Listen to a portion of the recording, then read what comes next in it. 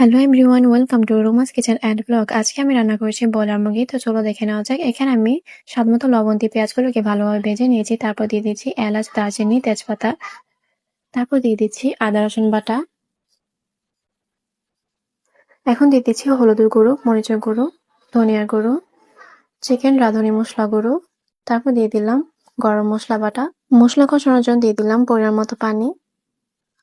মশলা কষানো হয়ে গেলে দিয়ে দিচ্ছি 4 থেকে 5টা আস্তা কাঁচামরিচ। তারপর দিয়ে দিচ্ছি আগে থেকে ভেজে রাখা আলু আর মুরগি। সবগুলো উপকরণ একসাথে নেড়ে মিশিয়ে নিচ্ছি। তারপর এগুলোকে আমি 15 থেকে 20 মিনিট কষিয়ে নিয়েছিলাম। এখন আমি দিয়ে দিচ্ছি আগে থেকে গরম করে রাখা ঝোলের জন্য পানি। আরো 10 থেকে 15 মিনিট জাল করে নেওয়ার পর আমার ঝোলটা প্রায় অনেকটাই কমে গিয়েছে।